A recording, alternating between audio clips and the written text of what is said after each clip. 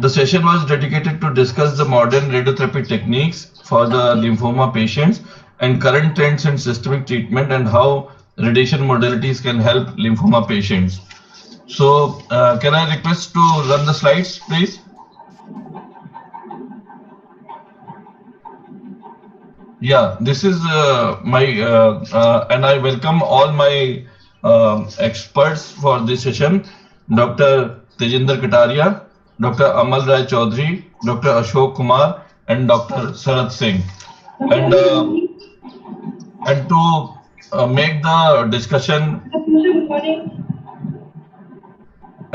discussion good and beneficial for all, we have made the comments on each abstract and we'll discuss in limitation to that to save the time. The first presentation was about the PET guided treatment of early stage favorable lymphoma, and we can say despite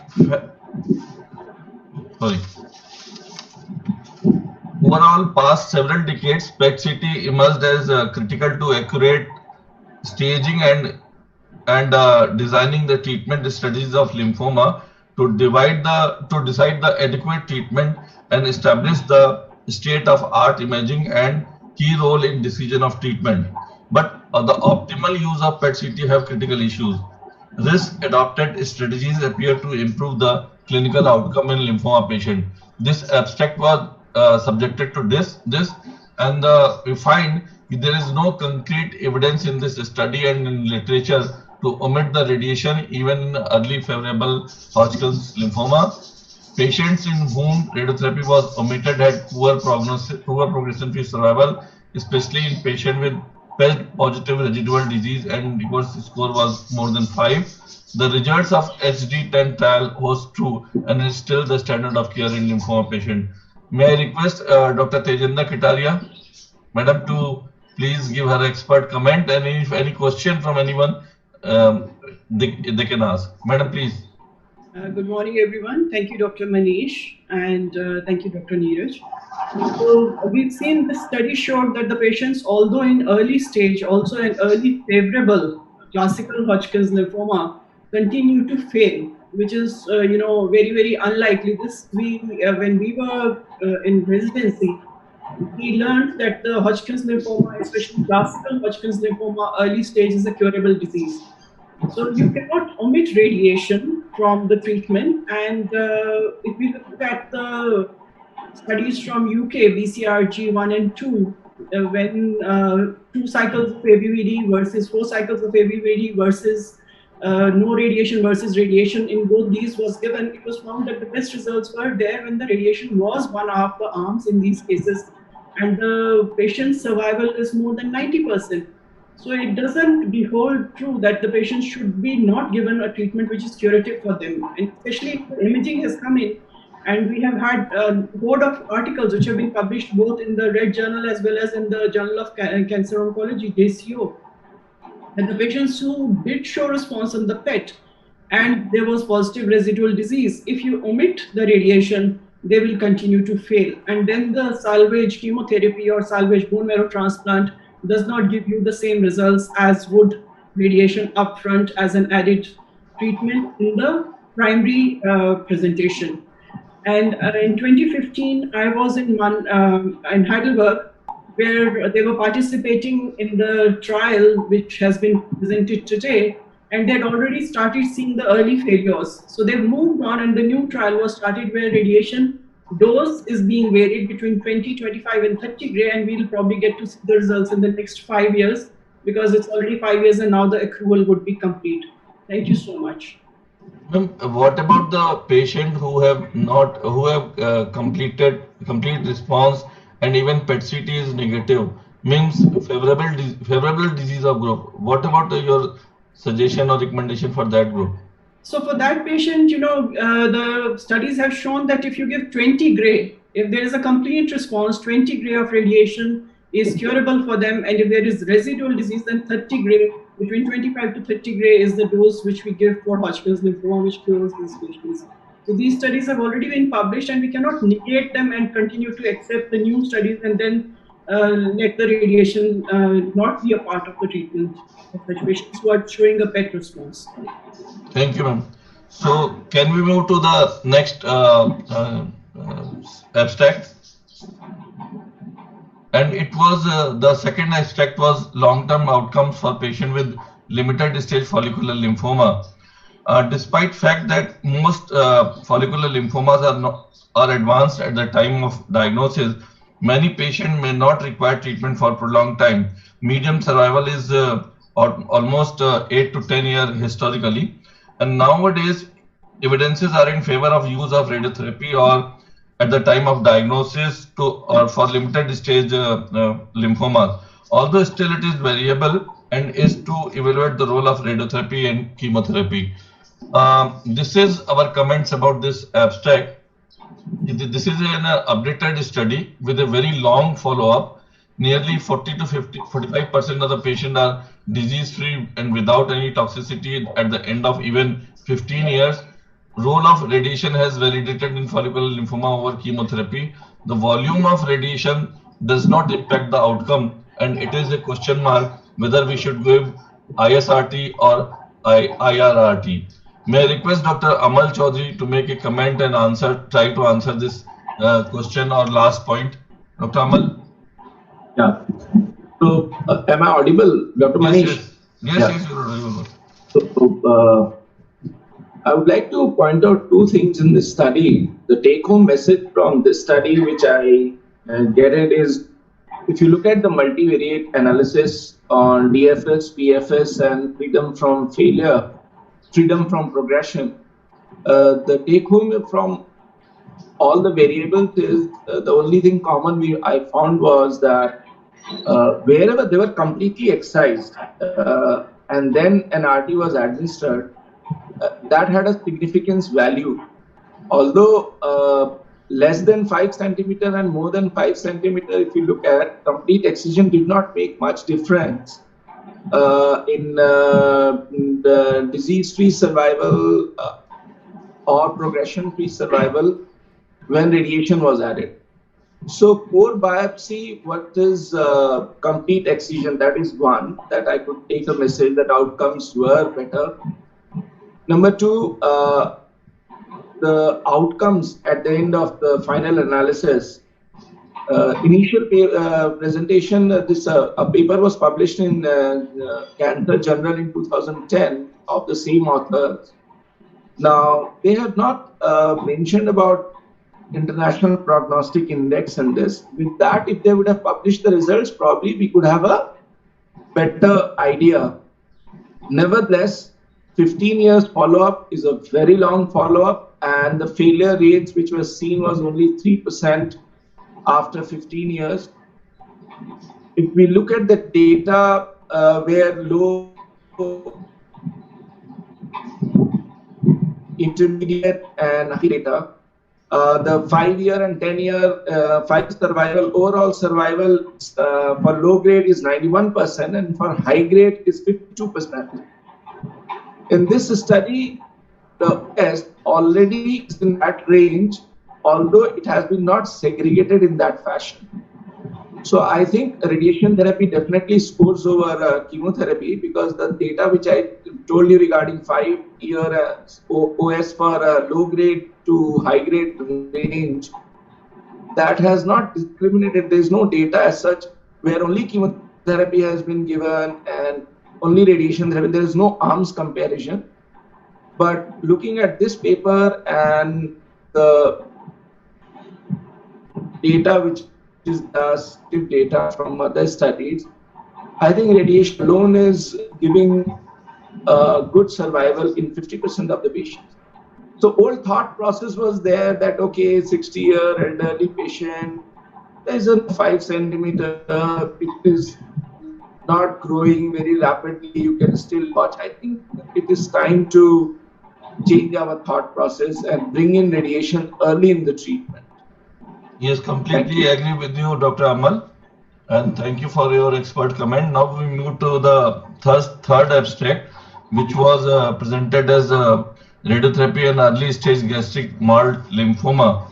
The stomach is a very frequent site of extranodal lymphoma. It is Dr. Manish, this was not presented. that this is considered to be presented, and we will discuss it. This is a low-grade lymphoma and B-cell malignancy. Association of H. pylori is very well established, and radiotherapy has an emerging role. Organ preservation, as well as with the without any long-term complication of surgeries as it was previously done. It used with anti-pyloric therapy make it more effective treatment. Although role of immunotherapy in form of rituximab and vascular endothelial growth factor as target therapy in coming up the mild lymphoma, radiotherapy is still a good option for treatment. And comment about this abstract 3 is, this is a too long study period. Multiple changes in treatment regimen has occurred, especially for the radiation techniques. Newer radiation techniques are very well capable of reducing the toxicities. Too many patients are having unknown, I think, too many patients are having very much unknown treatment that is not a reliable thing, and no significant increase in cardiac death due to radiation when compared with orbital mild radiotherapy. And significance of cardiac death has shown while comparing unknown treatment versus RT at the end of 10 and 15 years. Not justified. Unknown treatment arm have some patient with RT treatment.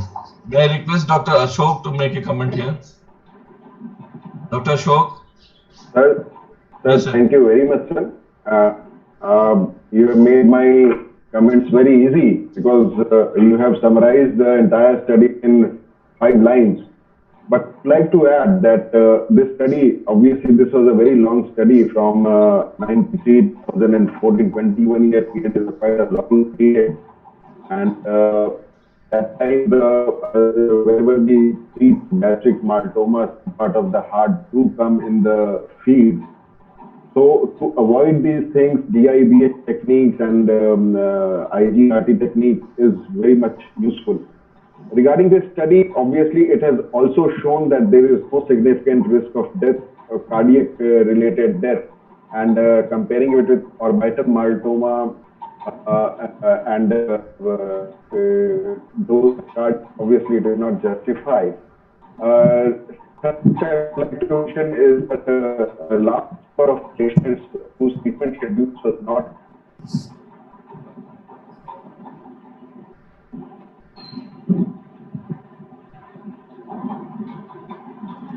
So we will go ahead with the 4th abstract, which was is radiotherapy adequate treatment for patient not in complete metabolic response after first-line chemotherapy for DLBCL? As all of know, benefit of radiotherapy in limited stage disease is very much controversial, but randomized trials have established the role of radiotherapy in patient not achieving complete response after chemotherapy and basis of PET-CT evaluation.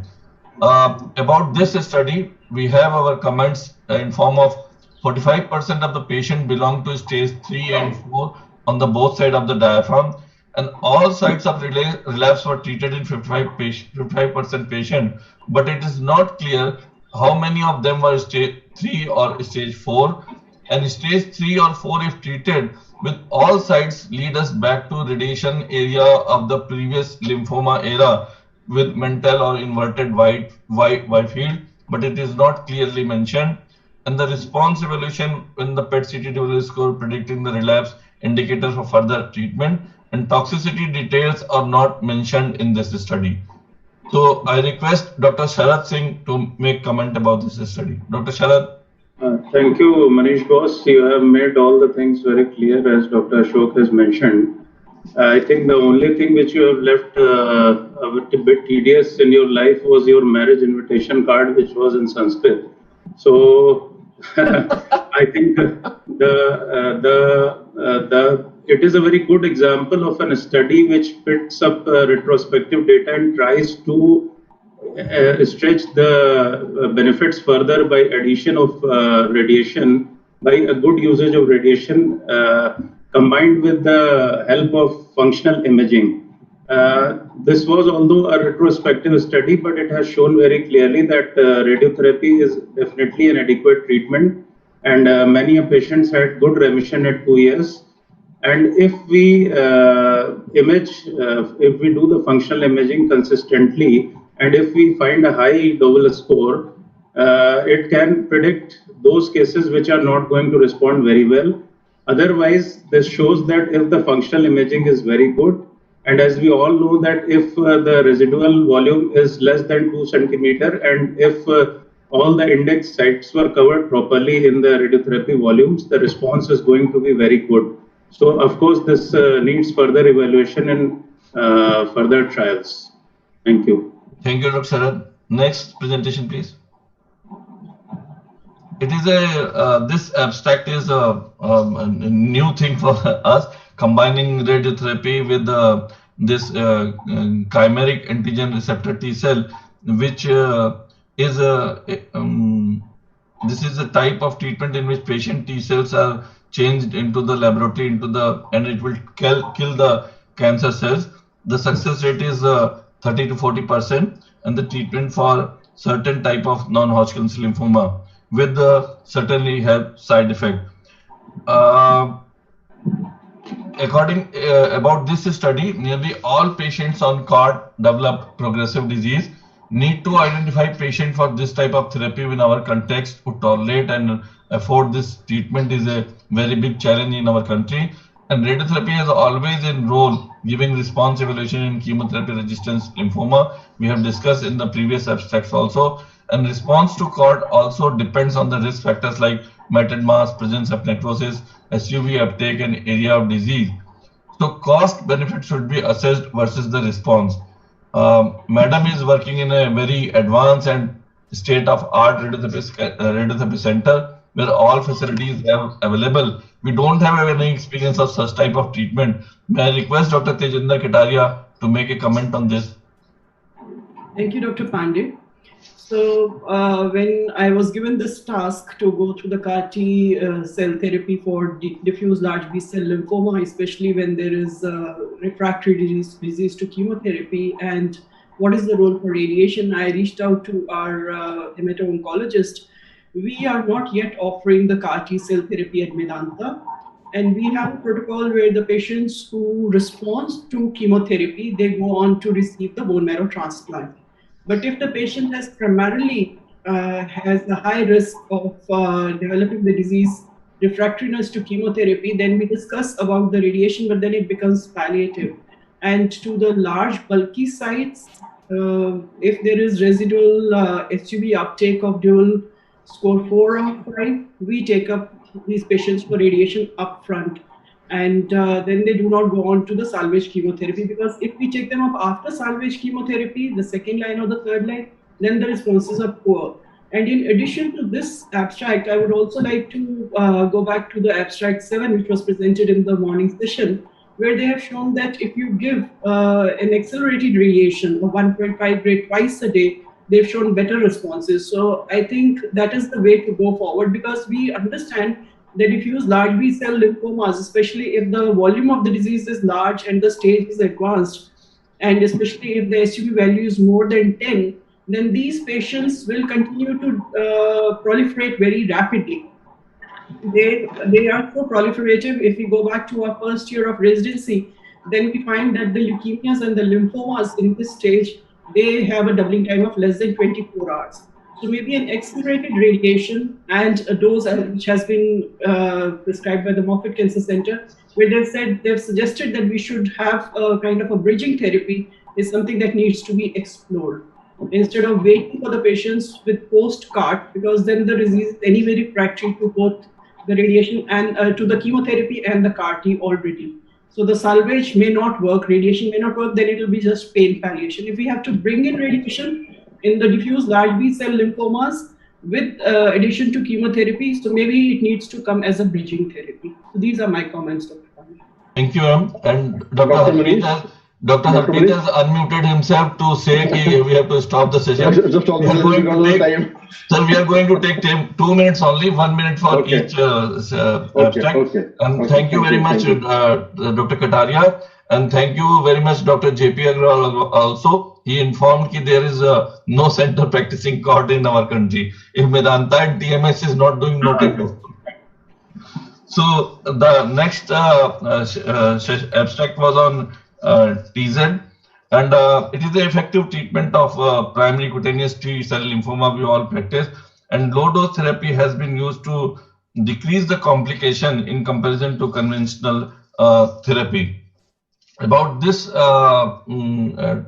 abstract, we have made comments in form of a good innovative study to address the quality of life aspect, which is very important in patient with mycosis fungoides, which is very important in the patient, and the major improvement in emotional and social domains, which feel the patient to complete the treatment. As a result, approximately 80-85% were able to take maintenance therapy, and significant difference noted in patients who take maintenance therapy. This is very important issue because all of us know in mycosis fungoides, due to high dose, lot of patients are not able to complete the treatment or not able to take maintenance therapy. May I request Dr. Amal to make a short comment on this abstract. Thank you, Manish. Manish made our job much more easier by having a crux of the whole presentation. I'd just like to add that it is just endure the total skin electron therapy is difficult. This is a general perception on the patient's behalf. Studies have been there. So counseling has to be done regarding the side effects during the treatment, so as to make it more in early stages, as you mentioned, that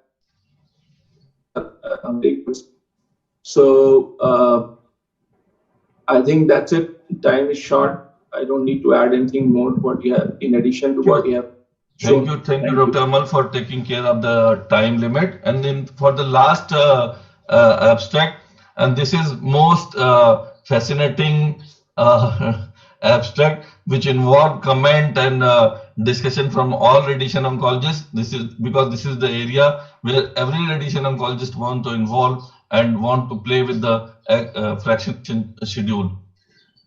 This study was about the fractionation schedule in the lymphoma, and the study defining role of radiation in DLBCL even after the refractory to chemotherapy. Accelerated radiation therapy has been used with success in squamous cell carcinoma of the head and neck cancer with improvement in locoregional control, as Madam told her in comments. Same has been depicted in this study, but radiation detail, technique and volume has not been mentioned, as more than 50% patient was stage 3 and 4. No toxicity profile has been mentioned in this study, which is a very common fact for accelerated fractionation, and BD not same for the both treatment schedule, which is a very important finding in this study. May I request Dr. Kataria, and after that, may I request Dr.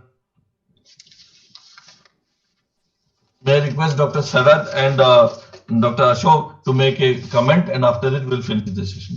Madam Kataria, please. Yes, so my only comment is, that they have treated all sites prior to the, disease with radiation. So the only issue which we may face in such a situation is, especially when we're giving accelerated fractionation, is that these patients may have very poor bone marrow reserves post chemotherapy. So that's a challenge which we as radiation oncologists will have to see what happens to these cases. So this is my question. Ma'am raised a very important issue which has not been discussed in detail. And Dr. Ashok, please. So this ma'am's point is very much valid, firstly. Secondly, despite the challenges in giving twice daily fractionation, this looks promising in terms of decreasing the overall treatment time from 4 weeks to 2 weeks. Apart from this, we have to closely monitor the patient. Regarding the study, obviously, most of the data has been redacted, and toxicity profile and radiation details has not been given. And lastly, point of biological equivalent dose, obviously that they are not same, but as we have seen in the head and neck, it has got a beneficial value for giving twice daily fractionation. Dr. Sharath, please. Yeah. I have a query rather than a comment, and to Madam Kataria, that is it not tantalizing to given the modern amenities we have for radiotherapy, to increase the dose and through this technique, ma'am? Do we have any? Dr. Sharad, biologically, this would be a superior dose because you reduce the time. If you're giving 30 gray over 2 weeks versus 30 gray over 4 weeks, this is already an escalated and an accelerated dose protocol. So going to a dose beyond 36 to 40 gray for any lymphoma doesn't help, because then we start hitting the toxicity ranges rather than the benefit, clinical benefit, and the normal tissue complications go up. We have very good techniques that if we can get the bone marrow sparing radiation, and which is possible with the current techniques, then I think that is where meticulous planning needs to come in. So you need to map out the whole marrow and then keep the doses to such low volumes, maybe less than 5 gray during the whole, or maybe less than 2 gray. I don't know, because there are no studies. So this is very tantalizing, as you said, and it's very challenging also. So I think we look forward to having these younger generation come up with the trials and then show us, because you have all the equipment. So what not? Thank you, madam. Thank you very much, and thank you all experts for making my job. And thank you, Dr. Harpreet Singh, as a chairperson, to allow us to give an extra time for discussion. Dr. Harpreet, please. I think it was overall a very well discussed topic. With the definitely being that we have a role of radiation in lymphomas, and maybe in the coming time we'll have some for leukemias also. But in addition to the prophylactic radiation that we give in future, there are definitely studies coming up, and we will be having some areas, maybe like we saw from Hodgkin's to follicular lymphoma to DLBCL, whether salvage or whatever. So overall, the indications for radiation are there in lymphomas. So I think we have a bright future, and I think the future generation, as mentioned, they will continue with the good work, and maybe we'll be having more data in the coming years. Thank you, Dr. Neeraj and the team, for inviting us. And I think we wind up the session here and get the mic back to the organizers. Thank you, Dr. Neeraj. Thank you, Manish Boss. Thank you, ma'am. Thank you, sir. Thank you, everybody. Thank you, Dr. Thank you, everyone. Thank you, everyone.